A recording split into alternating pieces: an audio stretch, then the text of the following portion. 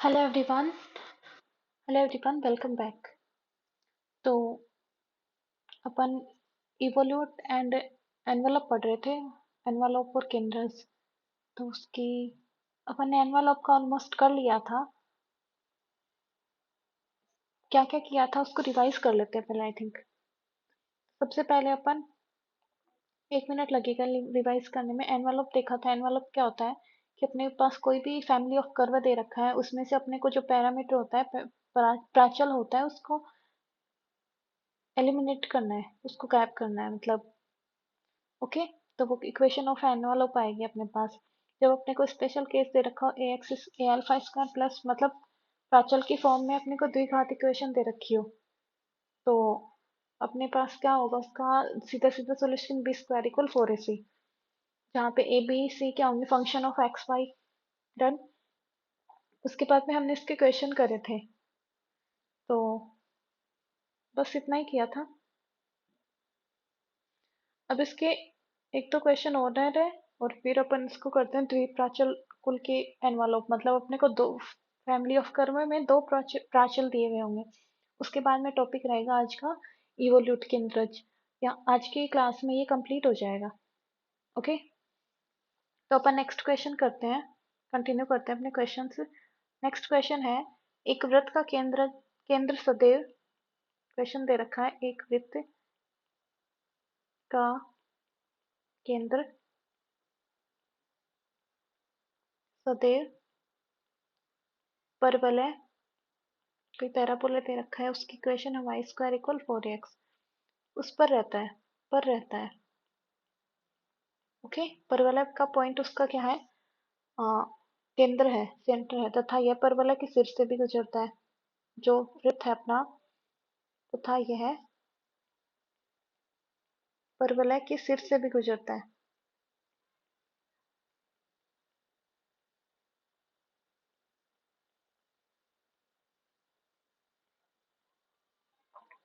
Okay. तो वृत्त का एनवलप बताइए।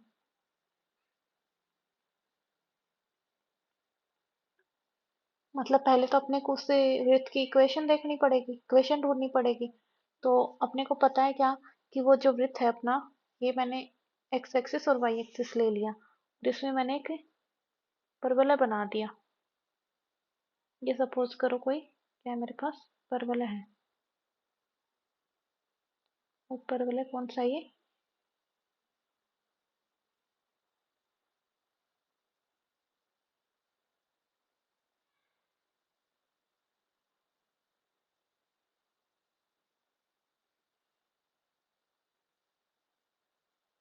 मैंने परवलय ले लिया, जो क्या वाई स्क्वायर इक्वल 4x है। अब सपोज दैट इसका सेंटर पॉइंट कहाँ पे है, इस बिंदु यहाँ पे है। दूसरे कलर से वो जो इक्वेशन है, अपने को सर्किल दे रखा है, उसका सेंटर पॉइंट किस पे बोला है, पैराबोला पे बोल रहा है। तो ये क्या हो गया, पैराबोला। ये इसका मतलब पैराबोला से ये पी पॉइंट हो गया, और इसकी वैल्यू अपने को क्या बोल, ए टी स्क्वायर माइन 280, ये ध्रुवांतर रेखा होगी। और यहाँ से इसके वो जो भी आएंगे पॉइंट्स, वो क्या आएंगे, ए टी स्क्वायर, और वाई की आएगी 280। चलो ये हो गया इसके निर्देशांक। अभी ये बोल रहा है कि ये सिर से गुजर रहा है, ये जो भी अपना क्या होगा, सर्किल होगा। तो इसको सर्किल, इसको पॉइंट को केंद्र मान के और सर्किल लेना है अपने को, जो इससे गुजर रहा है। ये सर्किल हो गया जो केंद्र से गुजर रहा है, और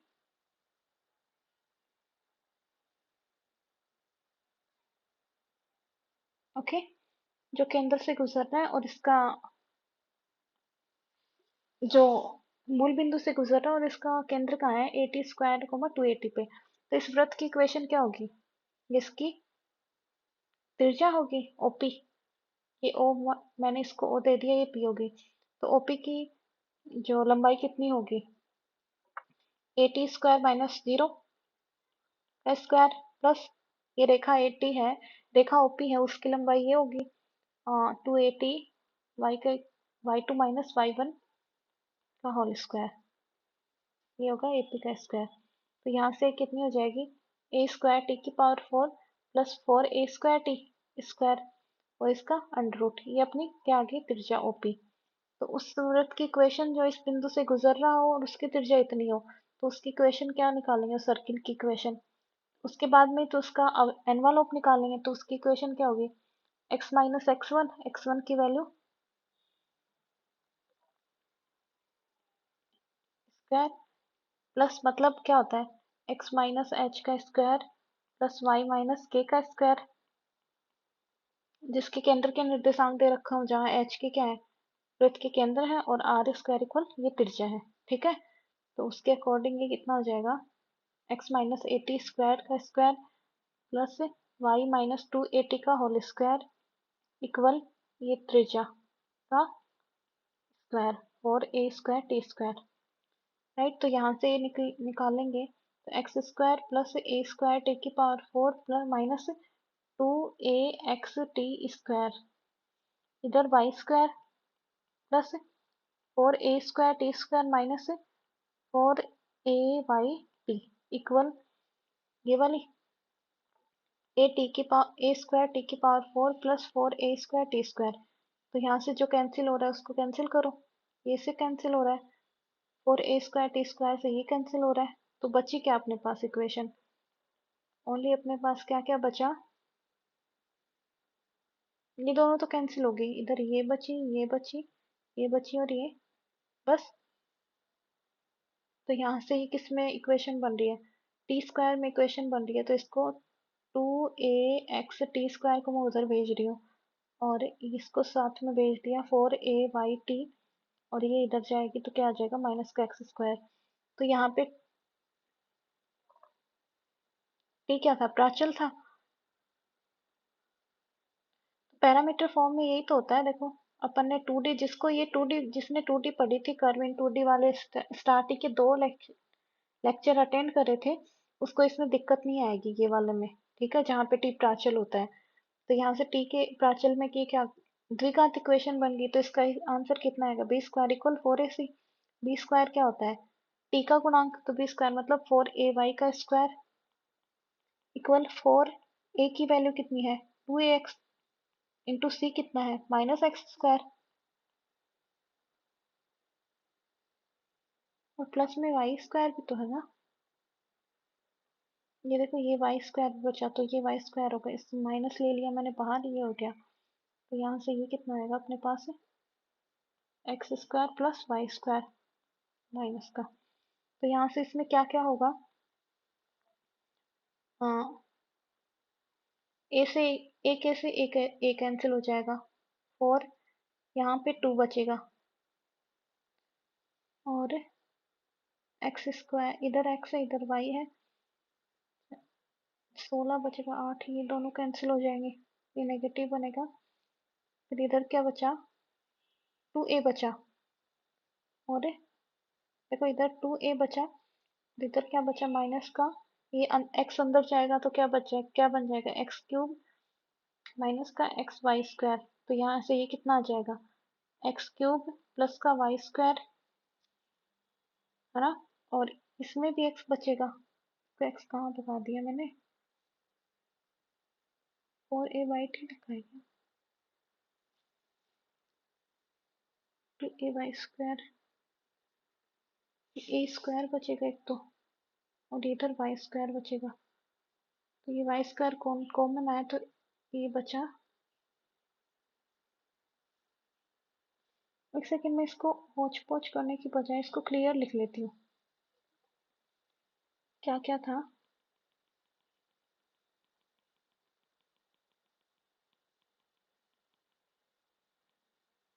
यहाँ पे अपन एक नेगेटिव साइन भी है, और फिर टू ए एक्स ले लिया, एक्स स्क्वायर वाई स्क्वायर ले लिया। अब इसको करेंगे तो sixteen A square Y square, इधर क्या बना माइनस का eight A X x square plus Y square. तो मैं जो बचेगी वो यहाँ पे लिख रही हूँ लास्ट आंसर।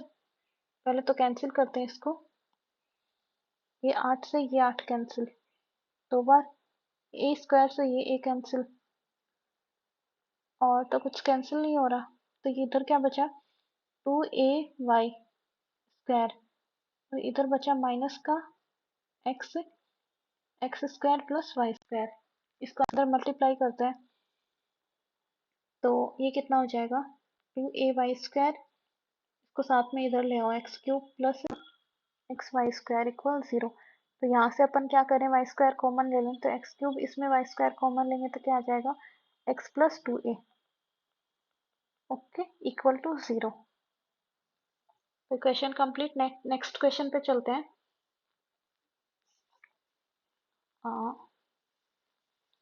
जो मतलब नेक्स्ट क्वेश्चन इसके मतलब पोलर वाले क्वेश्चन नहीं करने अपने को क्योंकि वो बहुत लेंदी होते हैं। अपने को सिर्फ क्या करने कार्टेशियन वाले क्वेश्चन ही करने हैं। ओके तो नेक्स्ट क्वेश्चन पे एग्जाम्पल दे रखा है x माइनस ए का whole square plus y² equal 4a जहाँ a क्या है पैरामीटर या प्राचल है और इसका क्या निकालना है एनवलप निकालना है। ओके तो इसके एनवलप की इक्वेशन सीधी सी बात है a इसका प्राचल है तो इसको पहले तो अपन क्या करें इसका सीधा सीधा क्या करते हैं डिफरेंशिएशन करते हैं इसको partial differentiation with respect to a। तो यहाँ से कितना हो जाएगा 2x माइनस ए नेगेटिव हो जाएगा माइनस ए और इक्वल 4 राइट। तो यहाँ से x माइनस ए की वैल्यू कितनी आ जाएगी x माइनस ए की वैल्यू इधर -2 आ जाएगी। तो यहाँ से a की वैल्यू कितनी आ जाएगी x प्लस 2 राइट। तो ये वाली वैल्यू अपन ऊपर वाली इक्वेशन में रखते हैं। इससे मतलब इस वाले इक्वेशन और ये अपने जो फर्स्ट इक्वेशन दे रखी थी इन दोनों से अपन ने क्या करी a की वैल्यू निकाल ली। इक्वेशन फर्स्ट में पुट कर दें तो ये क्या आ जाएगी x माइनस एक की जगह तो -2 तो ये 4 हो जाएगा प्लस y² और इक्वल 4 a की वैल्यू है x प्लस 2। तो ये किसकी इक्वेशन आ गई y² इक्वल ये देखो कितना बनेगा 4x प्लस 8। तो ये इधर से 4 से ये 4 कैंसिल हो जाएगा और इधर y² इक्वल कितना बचा 4x प्लस 4 या फिर 4 into 4x x plus 1। Okay next question है जो मैं डायरेक्ट रिजल्ट लिखा रही हूँ अपन इसकी कैलकुलेशन नहीं करेंगे क्योंकि ये अपने सिलेबस में कैटनरी है। ओके तो कैटनरी का डायरेक्ट क्वेश्चन दे रखा है इसका थोड़ा आप चाहो तो कमेंट कर देना मैं इसका सॉल्यूशन भी बता दूंगी मतलब इसको सॉल्व करके भी बता दूंगी। ये फर्स्ट ग्रेड के लिए इम्पोर्टेंट है। ओके क्योंकि फर्स्ट ग्रेड में क्या है कैटनरी का जो टॉपिक है वो डायरेक्ट दे रखा है तो कैटनरी की ट्रेजेक्ट्री की इक्वेशन से आपको एनवलप पूछेगा और उसकी एनवलप क्या होती है ट्रेजेक्ट्री इक्वेशन ऑफ कैटनरी उसका एनवलप खुद कैटनरी होती है। ठीक है तो ये X cos of T second grade के लिए बिल्कुल भी इम्पोर्टेंट नहीं है ये वाला question. Y sine of T equal है A plus A cos of T into log 10 T by 2। ये आपको डायरेक्ट देखिए तो इसका एनवलप जो होगा एनवलप वो क्या होता है ये इक्वेशन ऑफ ट्रेजेक्ट्री है ट्रेजेक्ट्री इक्वेशन ऑफ कैटनरी है सॉरी।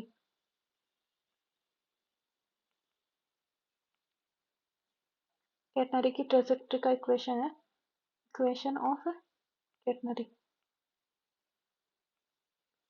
और इसका जो एनवलप आता है वो खुद कैटनरी आता है कितना y बराबर a cos x hyper x upon a। Okay तो ये फर्स्ट ग्रेड वाले डायरेक्ट याद कर लें इसकी कैलकुलेशन है पूछनी है तो आप मतलब करके बतानी है तो आप कमेंट कर देना। ओके नेक्स्ट अपन टॉपिक स्टार्ट करते हैं द्विप्राचल कुल के एनवलप मतलब अपने को जो भी इक्वेशन जैसे अपन फैमिली ऑफ इक्वेशन थी उसमें एक ही प्राचल था। ओके अब ये टॉपिक है जिसमें फैमिली ऑफ कर्व में क्या होंगे दो प्राचल होंगे तो दो प्राचल कुल के एनवलप निकालने अपने को कैसे निकालने हैं कैसे निकालते हैं देखो मतलब अपने को क्या दे रखा होगा एक तो function of family of curve जिसमें दो प्राचल होंगे यहाँ पे मैंने अल्फा और बीटा मान लिए दो प्राचल इक्वल टू 0 या फिर सम कांस्टेंट। यहाँ पे प्राचल या पैरामीटर कौन होंगे अल्फा और बीटा और एक इक्वेशन और दे रखी होगी जिसमें अल्फा और बीटा का रिलेशन दे रखा होगा इक्वल टू 0। ठीक है, ये दो इक्वेशन दे रखी होंगी, तो इन दोनों इक्वेशन से अपने को अल्फा और बीटा को एलिमिनेट करना है। ठीक है, कैसे एलिमिनेट करेंगे? डी एफ ऑफ जो ऊपर वाली इक्वेशन है उसका अल्फा के रिस्पेक्ट में पार्शियल डिफरेंशिएशन और उसका बीटा के रेस्पेक्ट में पार्शियल डिफरेंशिएशन अपॉन में नीचे वाली इक्वेशन का अल्फा के रिस्पेक्ट में और इसका बीटा के रिस्पेक्ट में नीचे वाली का सेकंड इक्वेशन का नॉन का पार्शियल डिफरेंशिएशन करके और अनुपात में लिख देंगे और इससे फिर इन तीनों से क्या हो जाएगा, आराम से अपने पास क्या निकल जाएगा, जो अल्फा है और बीटा है वो उसका विलोपन हो जाएगा। मतलब equation first second and third से हम क्या कर देंगे, पैरामीटर अल्फा एंड बीटा का विलोपन, और उसके बाद में जो इक्वेशन बनेगी वो क्या होगी, अपना एनवलप होगा। तो एग्जाम के पर्सपेक्टिव से देखें तो ये क्या हो जाएगा, ये वाली इक्वेशन है ना, ये इंपॉर्टेंट है। ठीक है, अब इसके क्वेश्चन करते हैं।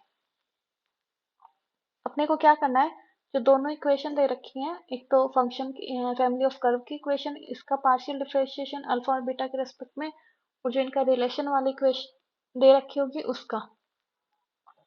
ठीक है, तो सबसे पहला एग्जांपल लेते हैं इसका। एक दीर्घवृत्त है,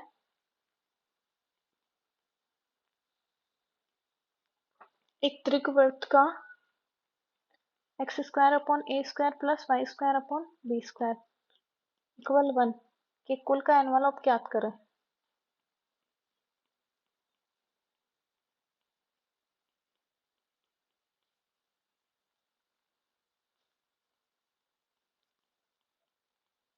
जहाँ प्राचल क्या है, जहाँ ए कोमा बी प्राचल है और साथ में दे रखा है ए प्लस बी इक्वल सी, जहाँ पे सी क्या है, कांस्टेंट है। ओके, तो स्टार्ट करते हैं इसको। सबसे पहले क्या दे रखा, अपने को एक इक्वेशन तो ये दे रखी है और एक ये, इन दोनों को मैं फर्स्ट और सेकंड मान रही हूँ। ठीक है, अब अपने को क्या करना है, पहले का partial differentiation with respect to A. पहले का पार्शियल डिफरेंशिएशन क्या होगा, एक्स स्क्वायर तो कांस्टेंट, ऐसा कैसा, इसका क्या होगा माइनस का ए क्यूब और ये 2 ऊपर आ जाएगा माइनस का 2, और अपॉन में दूसरे वाली इक्वेशन का partial differentiation with respect to A, तो ये 1 हो जाएगा। इसका करेंगे वापस, इसका कितना होगा माइनस का 2y² अपॉन बी क्यूब, और इसका वापस बी के रिस्पेक्ट में, तो ये हो गया। तो यहाँ से इसको क्या लिख सकते हैं, एक्स स्क्वायर अपॉन ए क्यूब, इधर आएगी तो क्या हो जाएगा प्लस का y² upon b cube equal to 0, right. ये इक्वल टू 0 कैसे आ गया, इक्वल आएगा ना। अब यहाँ से अपन क्या कर सकते हैं, योगानुपात लगा सकते हैं। तो यहाँ से मैं क्या करूँ, मैंने क्या किया, इस पूरी इक्वेशन का क्यूब कर दिया अलग अलग। ये क्या था, X cube upon X square upon ए क्यूब था, और इधर क्या आया y² अपॉन ए क्यूब, दो से दो कैंसिल कर दिया और अपन बी क्यूब, और माइनस से माइनस कैंसिल कर दिया। तो इससे यहाँ से क्या मिल रहा है, मैं पूरी इक्वेशन दोनों साइड क्यूब कर दूं, 1/3 कर दूं, तो एक्स की पावर 2/3 अपॉन ए इक्वल वाई की पावर 2/3 अपॉन बी, राइट। योगानुपात लगाएं तो ऊपर वाली इक्वेशन का दोनों का योग भी इनके अनुपात के बराबर ही होगा, तो ये क्या हो जाएगा, ए प्लस बी हो जाएगा। इसकी वैल्यू हमने पास क्या दे रखी है, सी, तो यहाँ पे सी रख सकते हैं। तो यहाँ से फर्स्ट और थर्ड से क्या बनेगा अपने पास, फर्स्ट एंड थर्ड से तो क्या बन रहा है, ए की वैल्यू आ जाएगी, वो किसके इक्वल आएगी, C into X upon 2/3 upon X की पावर 2/3 प्लस वाई की पावर 2/3। आई थिंक यहीं पे आपको समझ आ गया होगी, एस्ट्रॉइड की इक्वेशन बनेगी, राइट। और यहाँ से बी की इक्वेशन क्या आएगी, सी वाई की पावर 2/3, किससे, सेकंड एंड थर्ड से। यहाँ से बी इसकी इधर जाएगा, ये इधर आ जाएगा, सी इधर आ जाएगा, बी इधर जाएगा, इसमें देखो सी इधर चला जाएगा। ओके, तो ये क्या बचा, क्या बना, एक्स की पावर 2/3 प्लस वाई की पावर 2/3। तो यहाँ से इक्वेशन फर्स्ट में रखेंगे ये, तो यहाँ से सीधा सीधा क्या आ जाएगा, एक्स की पावर 2/3 प्लस वाई की पावर 2/3 इक्वल सी की पावर 2/3। और ये अपने को पता ही है, अपन कर्व इन 2D से पढ़ के आए, ये किसकी इक्वेशन है, एस्ट्रॉइड की। तो आई थिंक ये जब स्टार्टिंग में यहाँ से ही आपको पता लग गया होगा कि एस्ट्रॉइड की इक्वेशन बनेगी, तो आगे कैलकुलेशन करने की जरूरत नहीं पड़ी होगी फिर। अब देखो, आ,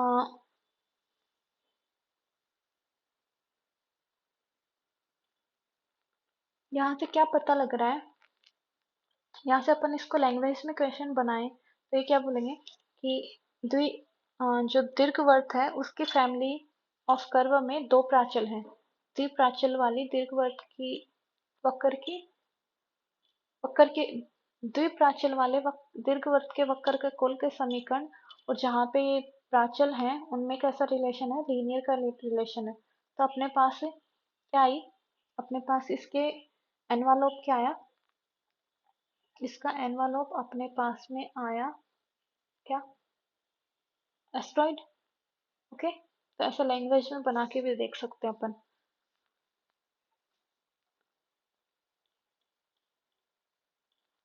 तो सेम इक्वेशन लिख दूं क्या मैं, इक्वेशन है जिसका मैं डायरेक्ट आंसर लिख रही हूँ, आपको सॉल्व करवाना है तो बता देना। ये भी सेम सा ही है, सेम प्रोसेस लगेगा। रेखाओं के कुल का समीकरण दे रखा है, उसमें दीर्घवृत्त के कुल का समीकरण था ये x/a प्लस y/b इक्वल 1 का एनवलप ज्ञात करो।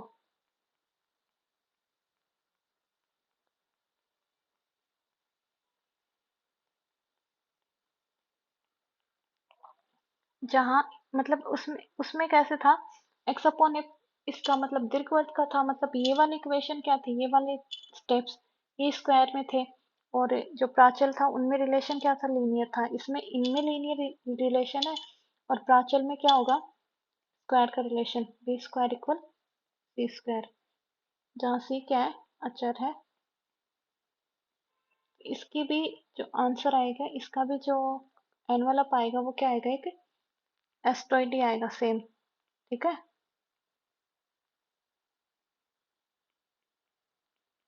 ओके, तो ये इसे ध्यान में रख लेना इजीली। नेक्स्ट है, अब देखो क्वेश्चन, ये ऊपर वाले तो कम इम्पोर्टेंट है, बट क्वेश्चन आएंगे तो यहाँ से आ जाएंगे। जो मैं 2-3 क्वेश्चन करवा रही हूँ, इनमें क्या है कि आपको दिखाने के लिए तो दो प्राचल दे रखे हैं, लेकिन जो पीछे वाली अपन ने एक प्राचल वाली जो बनाई थी ना, जो मेथड था उसके अकॉर्डिंग वो सॉल्व हो रहे हैं। ठीक है, जैसे क्वेश्चन है, रेखाओं के कुल का समीकरण, रेखाओं के कुल का समीकरण दे रखा है x/a प्लस y/b इक्वल 1 का एनवलप। ऊपर वाले का भी पूछा था लेकिन उसमें प्राचल का संबंध अलग था। एनवलप याद करो, जहाँ ए बी प्राचल है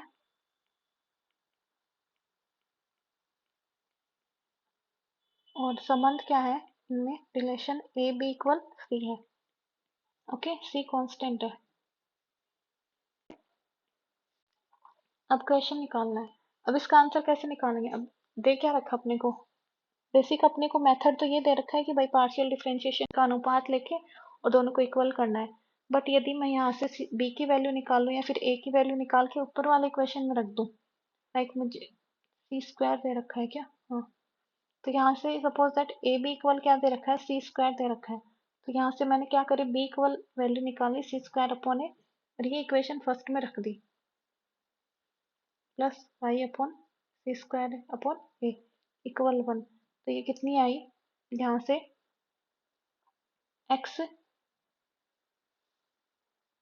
और ये ऊपर जाएगा ए सी, तो ये यहाँ से क्या बन जाएगी, देखो एक बार मैं इसको, एक्स अपॉन ए प्लस ए वाई अपॉन सी स्क्वायर इक्वल 1।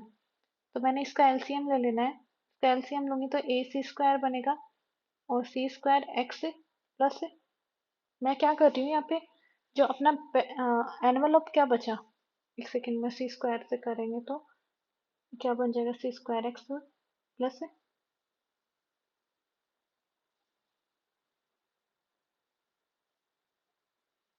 ए स्क्वायर में तो नहीं आएगा ये,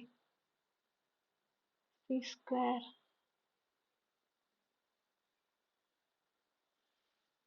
तो ये क्या आया, ए वाई आया ना, इक्वल वन, इक्वल प्राचल तो यहाँ पे ए है, तो मुझे लगा ए में द्विघात बन जाएगा, बनना तो चाहिए। अच्छा बन रहा है ना, इसका ले रहे हैं, इससे ए स्क्वायर वाई आ गया, इधर से इसी का तो अपन ने क्या लिया था, एलसीएम लिया था, तो यहाँ से ये बन गया इक्वल, ये ए प्राचल में क्या बन गया, द्विघात इक्वेशन बन गई, सी square x plus A square Y equal A C square, तो ये ए में द्विघात इक्वेशन कैसे बनी, ए स्क्वायर वाई फिर A C square plus C square X, तो यहाँ से सीधा क्या आ जाएगा answer, B square equal four A C, B की वैल्यू कितनी है, ए का गुणांक क्या है माइनस सी स्क्वायर, मतलब B square equal four A की वैल्यू वाई और सी की वैल्यू सी स्क्वायर एक्स, तो यहाँ से कितना हो जाएगा, सी की पावर फोर, इधर minus C square x into Y, यहाँ से सी कैंसिल भी कर सकते हैं अपन, तो सी स्क्वायर इक्वल कितना आ गया, फोर एक्स वाई, या फिर x y equal C square by four, तो ये इसका क्या आ गया, इसके एनवेलप की क्वेश्चन आ गई, राइट। तो ये क्वेश्चन इजी है, ये क्वेश्चन आ सकते हैं यदि आए तो, जैसे सेम नेक्स्ट क्वेश्चन है जिसमें भी क्या है, पैराबोला की इक्वेशन है, पैराबोला कुल का समीकरण है A square Y square upon B square equal one दे रखा है, और इसके कुल का एनवेलप ज्ञात करो, जबकि रिलेशन दे रखा है इसमें A square plus B square equal C square, वही सेम, ठीक है। इसमें भी क्या करेंगे अपन, यहाँ से बी स्क्वायर की वैल्यू निकाल लेंगे, वो क्या आ जाएगी, सी स्क्वायर माइनस ए स्क्वायर, और वो इसमें रख देंगे, सेम प्रोसेस करना है अपने को, तो वो इक्वेशन फर्स्ट में रखेंगे, ये अपनी इक्वेशन फर्स्ट है, इसमें रखेंगे तो X square upon A square plus Y square upon B square की वैल्यू रखेंगे तो C square minus A square equal one, यहाँ से अपन एलसीएम लेंगे तो ये कितना बनेगा, A square C square minus A square, तो यहाँ पे C square minus A square into X square ऊपर की, तो ये टर्म बनी, नीचे इधर क्या बनी, A square Y square equal one, तो यहाँ से क्या बन रहा है, ये इधर जाएगा, ये वाली इधर ट्रांसफर होगी, तो क्या इधर इसको पहले कर लें, x square C square minus A square x square plus A square Y square equal ए की पावर फोर, ये भी माइनस का और प्लस का ए स्क्वायर सी स्क्वायर, तो यहाँ से ए की पावर फोर इधर लेके आएंगे, तो ये एक ए स्क्वायर में क्या बन गई, द्विघात इक्वेशन बन जाएगी ना, इसको इधर लेके आए और ए स्क्वायर की टर्म्स को कॉमन ले लिया अपन ने, प्लस ए स्क्वायर रखूँ तो मैं क्या आ जाएगा, ये y square minus x square और इधर ये माइनस का सी स्क्वायर आ जाएगा, ओके। और प्लस में कांस्टेंट वाली टर्म क्या बन रही है, ये only plus x square C square equal zero, तो ये ए स्क्वायर में द्विघात हो गई, तो इसका इक्वेशन क्या आएगी, B square equal four A C, B की वैल्यू कितनी है, X square minus Y square minus C square, B का whole square equal four A C, four A की वैल्यू वन है, सी की value X square C square है, okay. तो यहाँ से ये अंडर रूट हटाएंगे, स्क्वायर रूट को अंडर रूट से हटाएंगे, दोनों साइड पावर हाफ ले लूंगी, तो मैं कितना बन जाएगा, एक्स इंटू सी बन जाएगा, ये two X into C, two X C बन जाएगा ये, राइट। तो यहाँ से अपन क्या कर सकते हैं, यहाँ से क्या हो सकता है, Y square equal X square C plus C square minus two X C plus two X C, तो ये किसका फॉर्मूला बन रहा है, एक्स प्लस माइनस सी का होल स्क्वायर का, तो यहाँ से वाई स्क्वायर, तो वाई की वैल्यू कितनी आ गई, plus minus X plus minus C, okay. तो ये आंसर आ गया, मतलब क्वेश्चन आएगा तो इस टाइप का आएगा, वैसे वाला नहीं आएगा। ओके, अब अपन नेक्स्ट टॉपिक पे चलते हैं। नेक्स्ट टॉपिक है अपना केंद्रज। इसके इतने क्वेश्चन है जो अपने कंप्लीट हो गए, जो अपने को करने हैं। ठीक है, नेक्स्ट क्वेश्चन अपना इवोल्यूट या फिर केंद्रज। तो इसका क्वेश्चन, न्यूमेरिकल क्वेश्चन, ना तो फर्स्ट ग्रेड में आया हुआ है ना सेकंड ग्रेड में, बट कॉलेज लेक्चरर में आया हुआ है। और फर्स्ट ग्रेड में इससे एक ही क्वेश्चन आया हुआ है आज तक, जो डेफिनेशन पूछी है किसकी, इवोल्यूट की, केंद्रज की ओनली। तो सबसे पहले अपन इसके कुछ नोट लिख लेते हैं। 3 नोट है इसके। पहले अपन नोट लिख लेते हैं इसके, उसके बाद में अपन क्या करेंगे, इसके क्वेश्चन करेंगे 2-3। ठीक है, जो कॉलेज लेक्चर में आए हुए हैं वही क्वेश्चन करेंगे। सेकंड ग्रेड के लिए ये बिल्कुल भी इंपॉर्टेंट टॉपिक नहीं, ओनली फर्स्ट ग्रेड के लिए है ये। और फर्स्ट ग्रेड के लिए आज तक सिर्फ एक ही क्वेश्चन आया हुआ है, वो इसकी डेफिनेशन है। डन। तो नेक्स्ट अपने जो भी 2 नोट होंगे, फर्स्ट नोट तो वही डेफिनेशन है, और सेकंड और थर्ड नोट होंगे वो इंपॉर्टेंट है। ठीक है, इंपॉर्टेंट तो ये भी है, मे बी रिपीट कर दें आईपीएससी। तो यहाँ पे केंद्रज होता क्या है, सबसे पहले वो देखते हैं। तो मैं पहले एक्सप्लेन कर रही हूँ। तो एक्सप्लेन मतलब समझ लेना क्या होता है, फिर अपन इसकी डेफिनेशन लिखेंगे।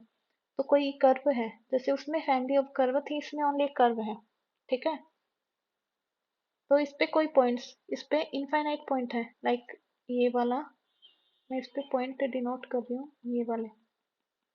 ठीक है, ये वाला nth पॉइंट है, ये 1 2 3 4।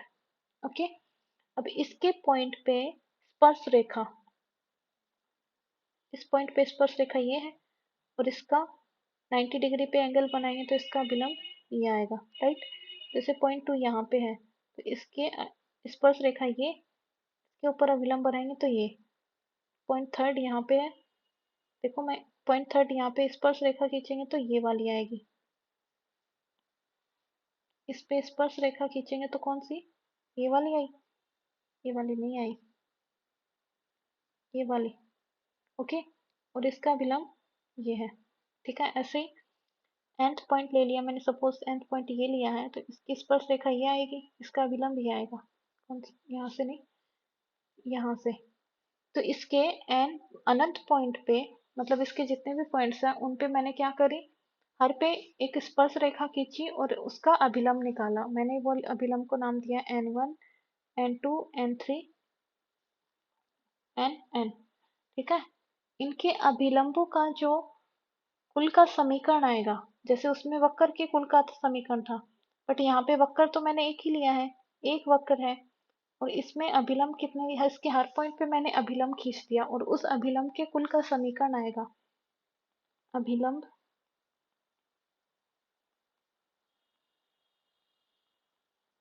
कुल का समीकरण। अब उसकी अपन क्या निकालें, उसका एनवलप निकालें, मतलब उसमें प्राचल भी आएगा जो सभी इनको कनेक्ट करेगा। जैसे मैंने वहां पे क्या, वाई स्क्वायर इक्वल 4x का एग्जाम्पल लिया था, जहाँ पे ये एक मेंबर के लिए तो क्या करता है, कांस्टेंट का काम करता है, बट पूरे फैमिली के लिए क्या करता है, वेरिएबल का काम। ठीक, वैसे ही इन अभिलंबों का भी क्या आएगा, एक ऐसा पॉइंट आएगा प्राचल जो इनको सबको क्या करेगा, एक अभिलंब के लिए तो वो कांस्टेंट का काम करेगा, और बाकी के लिए वो वेरिएबल का, सारे में वो उसके वैल्यू अपन भिन्न भिन्न रख सकते हैं और अपने को भिन्न भिन्न अभिलंब मिलेंगे। तो उन सभी अभिलंबों के कुल का समीकरण का जो अपन एनवालोप निकालेंगे, वही एनवालोप मतलब उससे प्राचल को अपन क्या करेंगे, हटाएंगे, एलिमिनेट करेंगे, तो वो समीकरण आएगी, वो एनवलप आएगा, वही क्या होता है, केंद्रज होता है, इवोल्यूट होता है। ओके, आई होप समझ गए होंगे। वक्र यहाँ पे एक ही है, मैंने क्या बताया, इसके विभिन्न पॉइंट्स पे अपन अभिलंब खींचेंगे, इन अभिलंबों के कुल का समीकरण का एनवलप ही क्या होता है, केंद्रज होता है। तो फर्स्ट अपनी डेफिनेशन,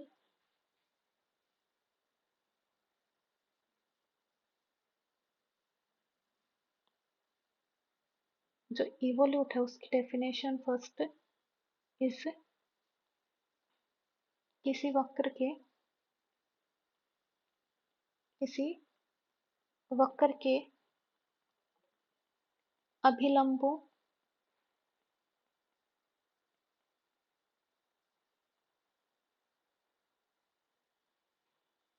कुल का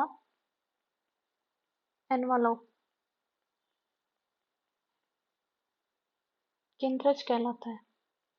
ओके, समझ गए होंगे। डन। नेक्स्ट डेफिनेशन है अपना नोट 2। इसी केंद्रज को किसकी फॉर्म में, वक्रता त्रिज्या की फॉर्म में कैसे एक्सप्लेन कर सकते हैं? ये तो किस में है, अभिलंब के कुल का, मतलब इस फॉर्म में है ये तो। अभिलंब के कुलों का एनवालोप केंद्र कहलाता है, केंद्रज कहलाता है। नेक्स्ट यही डेफिनेशन वक्रता केंद्र की फॉर्म में, कि जैसे कोई वक्र है अपने पास, जैसे ये वक्र है एक, ओके, इस पे दो बिंदु हैं, एक P और एक Q। डन। अब मैंने क्या किया कि बिंदु P पर स्पर्श रेखा खींची, बिंदु P पर मैंने क्या करी, स्पर्श रेखा खींची। ये बिंदु P पर स्पर्श रेखा होगी, इसको जो बिंदु, पहले तो ठीक से डायग्राम बना दो। चलो, ये मैंने क्या लिया, कोई कर्व ले लिया। डन। यहाँ पे बिंदु P है मेरा, यहाँ पे बिंदु Q है। ओके, मैंने फिर क्या किया, बिंदु P पे स्पर्श रेखा खींची। इस स्पर्श रेखा को स्पर्श करवाते हैं, ये बिंदु P पर स्पर्श रेखा होगी। ऐसे ही मैंने बिंदु Q पर स्पर्श रेखा खींची। ठीक, अब इन पे क्या बनाया मैंने, 90 डिग्री पे अभिलंब रेखा खींची, मतलब स्पर्श इस बिंदु पर अभिलंब, और इस बिंदु पर अभिलंब, कि वो कहाँ गई, ये बिंदु Q पर स्पर्श रेखा। ठीक है, और इन स्पर्श रेखाओं को क्या करा मैंने, 90 डिग्री पर इनके अभिलंब का 90 मतलब, मैं इनको नाम दे देती हूँ, ये बिंदु P है, ये Q है, ये बिंदु P, ये बिंदु Q, और ये स्पर्श रेखा है बिंदु P की, और ये बिंदु Q की स्पर्श रेखा है। ये इस पे अभिलंब है और ये इसका अभिलंब है। ये दोनों कहाँ पे मिले, C1 बिंदु पे मिले। ठीक है, जब ये बिंदु Q इस P की ओर आएगा, मतलब यहाँ पे सपोज नेक्स्ट इस पे, इसकी पोजीशन क्या है, ये वाली है, तो यहाँ पे आएगा तो इस बिंदु पे स्पर्श रेखा खींचेंगे। ओके, इसकी नेक्स्ट पोजीशन ये वाली, ये स्पर्श रेखा, और यहाँ पे ये क्या हो जाएगा, इस पे 90 डिग्री का एंगल। तो ये थोड़ा, ये जो अपने को C मिलेगा, ये यहाँ पे मिलेगा, जो C है वो यहाँ चला गया। ठीक है, ऐसे ही इस बिंदु Q को अपन क्या करेंगे, P की तरफ लाएंगे। बिंदु Q, P तो वहीं रहेगा, बिंदु Q P की तरफ आएगा, तो ये जो C है ना, ये दूर चला जाता है, मतलब C1 C2 ये दूर जाता रहेगा। लेकिन एक पोजीशन पे क्या करेंगे, Q को जस्ट P के पास में, एकदम पास में, मतलब इसके ऊपर ना छोड़ के थोड़ा सा, तो जस्ट इसके पास में लाएंगे, तो जहां पे ये दोनों अभिलंब इनके मिलेंगे, उसी को क्या कहते हैं, वक्रता केंद्र कहते हैं। ठीक है, उस सी को ही, जिस सी पे ये, जब ये बिंदु क्यू यहाँ पे आ जाएगा, कहाँ पे, ग्रीन पॉइंट से देखो यहाँ पे आ जाएगा, और यहाँ पे मैं क्या करूंगी, इसके ऊपर स्पर्श रेखा खींच के और अभिलंब निकालूंगी। इसके ऊपर स्पर्श रेखा क्लिक खींचेंगे और अभिलंब बनाएंगे। तो ये जो अभिलंब है, ये जहाँ पे भी मिलेगा ना, सपोज करो ये बहुत ऊपर मिल रहा है, तो ये क्या हो जाएगा, सी, किन ये सी होगा, कौन, वक्रता केंद्र। अब इन वक्रता केंद्रों का जो बिंदु पथ होगा ना, ये यहाँ पे आया पहले सी, फिर अपने को C2 यहाँ पे मिला, फिर ये आगे जहाँ पे मिलता मिलता रहेगा C1 C2 C3 C, जहाँ पे C मिला अपने को, ये बिंदु पथ ही क्या होता है, केंद्र जो होता है। ओके, आई होप अच्छे से समझ आ गया होगा। तो इसकी डेफिनेशन लिखते हैं वक्रता केंद्र की फॉर्म में। क्या है, किसी वक्र के वक्रता केंद्र का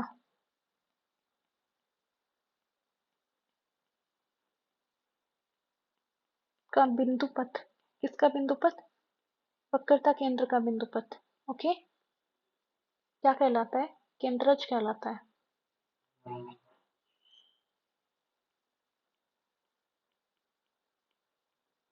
किसी वक्र के वक्रता केंद्र का बिंदु पथ ही केंद्रज कहलाता है।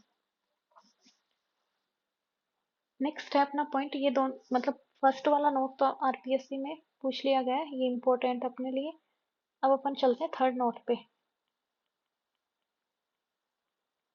ओके, थर्ड नोट देखो अच्छे से, ये थर्ड नोट है, इसमें मैंने एक वक्र ले लिया ये वाला, ठीक है, अपने को वक्र, ये दूसरा वक्र है इसी के रेस्पेक्ट में। ओके, ये इस बिंदु P ले लिया इस वक्र पे,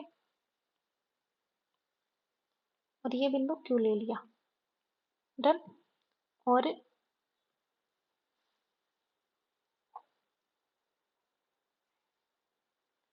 ये इसकी वक्रता तिरछा हो गई, इस बिंदु P की वक्रता तिरछा मतलब वक्रता केंद्र और वक्रता तिरछा, ये इसकी रूट 2 होगी, है ना। ऐसे सेम यहाँ पे ये बिंदु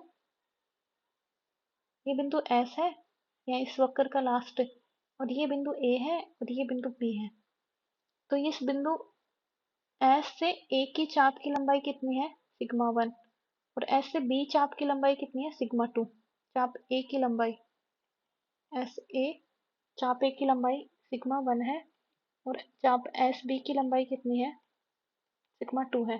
तो एस चाप ए बी की लंबाई कितनी आएगी, सिग्मा 2 माइनस सिग्मा 1, राइट। तो ये क्या है, चाप की लंबाइयों का अंतर है, और यहाँ पे ये क्या है, वक्रता त्रिज्या है, रो 1 रो 2। तो यहाँ पे एक इनमें रिलेशन होता है क्या, कि वक्र के दो बिंदु पर वक्रता त्रिज्याओं का अंतर, मतलब रो 2 माइनस रो 1 के बीच का अंतर किसके इक्वल होता है, ये इसका केंद्रज है, केंद्रज के संगत, ये इसका केंद्रज का क्या था वो इक्वेशन, और ये वक्र की, ये वक्र था, और ये केंद्रज का कर्व था, ठीक है। तो इनका अंतर मतलब वक्र के दो बिंदुओं पर वक्रता त्रिज्याओं का अंतर, वक्र के दो बिंदुओं पर वक्रता त्रिज्याओं का अंतर उसके संगत केंद्रज पर, इन दोनों बिंदुओं के संगत, ये इसके संगत है ये इसके संगत, इन दोनों बिंदुओं के संगत चाप की लंबाइयों के अंतर के बराबर होता है। मतलब वक्रता त्रिज्याओं का अंतर किसके, चाप की लंबाइयों के अंतर के बराबर होता है। ओके, तो आई थिंक ये वक्रता त्रिज्या नेक्स्ट अपन जो भी अपना लेक्चर होगा कर्वेचर उसमें पढ़ेंगे, उसको उसमें आपको अच्छे से क्लियर हो जाएंगे। तो यहाँ पे सिर्फ इतना ही है, किसी वक्र की दो बिंदुओं पर वक्रता त्रिज्याओं का अंतर, उस वक्र वक्र की दो बिंदु पर, एक बिंदु P, इन पर वक्रता त्रिज्याओं का अंतर उस वक्र के केंद्रज पर उस बिंदुओं के संगत चाप की लंबाइयों के अंतर के बराबर होता है। ओके, तो इसको करते हैं अपन नोट, थर्ड नोट जो इम्पोर्टेंट है अपने लिए।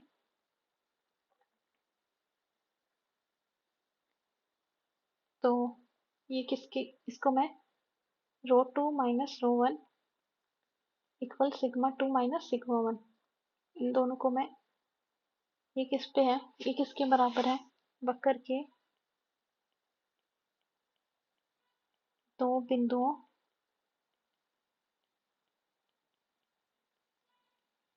पर वक्रता त्रिज्याओं का अंतर है।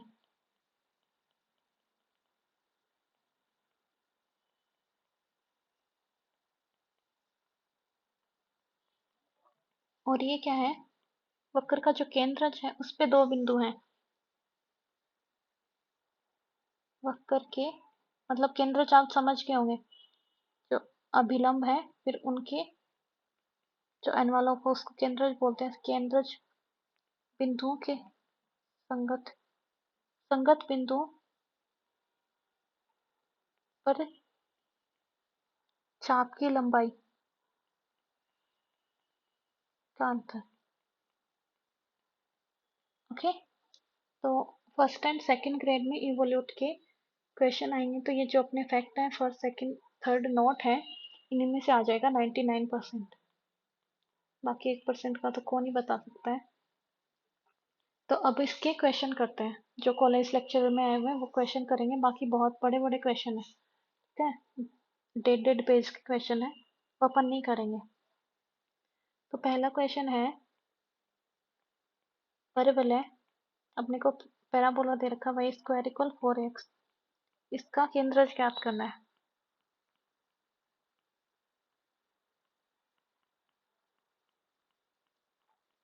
ठीक है, तो सबसे पहले अपने को परवलय की अपन पढ़ेंगे जब 12th की 2D पढ़ेंगे तो उसमें परवलय का अपने को अभिलंब का समीकरण, अभिलंब कुल का समीकरण भी दे रखा होगा, मतलब निकालेंगे अपन, और टेंजेंट की समीकरण भी निकालेंगे। तो परवलय के जो अभिलंब कुल का वी नो दैट, अभी तो आपको नहीं पता क्योंकि आपने नहीं पढ़ी 12th की 2D। We know that y square equal 4x का अभिलंब का समीकरण, अभिलंब कुल का समीकरण क्या होता है, y equal mx minus 2am minus am cube, जहाँ पे m क्या होता है, प्राचल होता है। और इसकी परवलता का समीकरण भी आपको नहीं पता हो तो टेंजेंट, इसकी टेंजेंट की इक्वेशन भी क्या होती है, y बराबर mx plus a upon m। Okay, but अपने को तो यही चाहिए, यही अब मतलब इसी का क्या करना है, एनवलप करना है, एनवलप निकालना है इसका, इससे तो अपने को कोई मतलब ही नहीं है। अब अपने को इक्वेशन मिल गई तो अपने को सीधा सीधा क्या करना है, अब एनवलप की प्रोसेस तो अपने को पता ही है कैसे निकालते हैं, एम के रेस्पेक्ट में। अब एम एम स्क्वायर तो नहीं बन रहा, यदि द्विघात इक्वेशन होती तो अपन बी स्क्वायर इक्वल 4x रख के और सीधा सीधा निकाल लेते, बट यहाँ पे द्विघात इक्वेशन नहीं है, तीन घात की है, तो अपन को वही process partial differentiation with respect to m करना होगा, partial differentiation with respect to m. तो करते हैं, ये कितना आएगा, y का 0 आ जाएगा, इसका x माइनस 2a, और इधर माइनस का 2am square, sorry 3am square बनेगा। तो यहाँ से m की वैल्यू निकालेंगे अपन, तो वो कितनी आ जाएगी, ये सारे इधर x 2a माइनस एक्स, और ये बच गया 3a अपॉन में, और इसके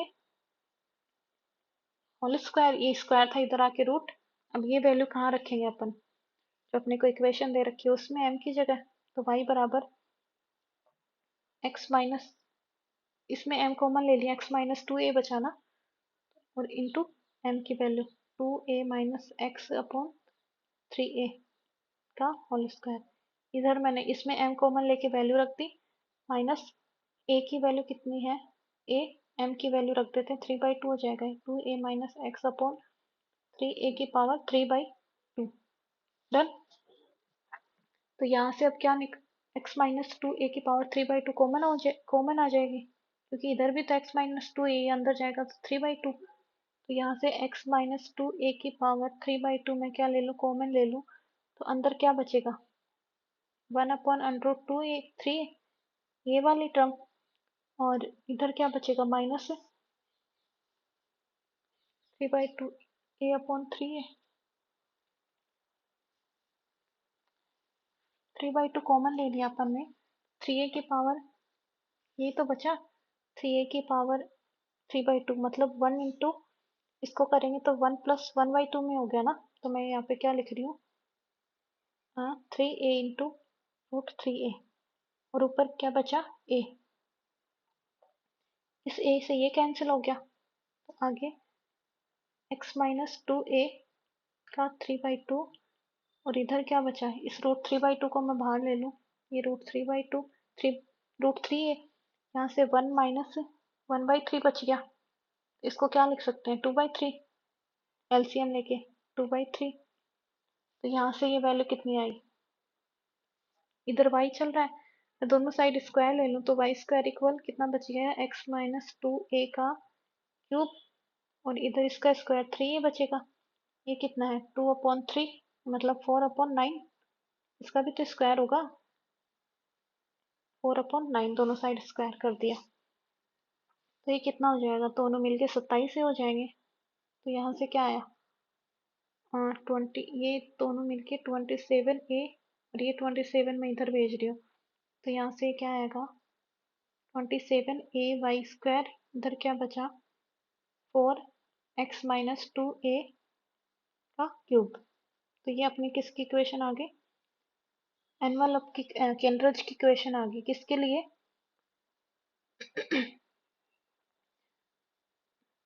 परवलय की केंद्रज की।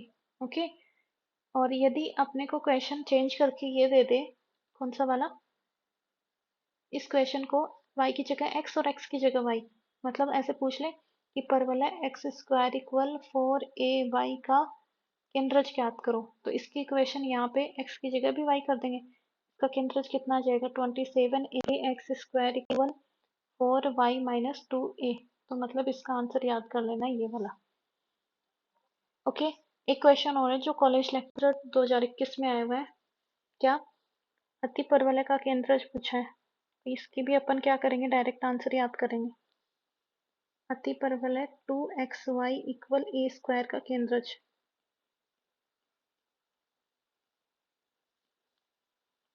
तो इसका आंसर होगा x प्लस वाई की power 2/3 minus x minus y की पावर 2/3 इक्वल a 2a की पावर 2/3। तो ये आंसर ध्यान में रखेंगे, डायरेक्ट टिक लगा देंगे। ओके, और इनसे फर्स्ट सेकंड ग्रेड में चांसेस कम है क्वेश्चंस आने के। तो यहाँ पे अपना टॉपिक कंप्लीट। नेक्स्ट अपन कल कर्वेचर का टॉपिक लेंगे, कल कर्वेचर स्टार्ट करेंगे। आज के लिए इतना ही, बाय बाय।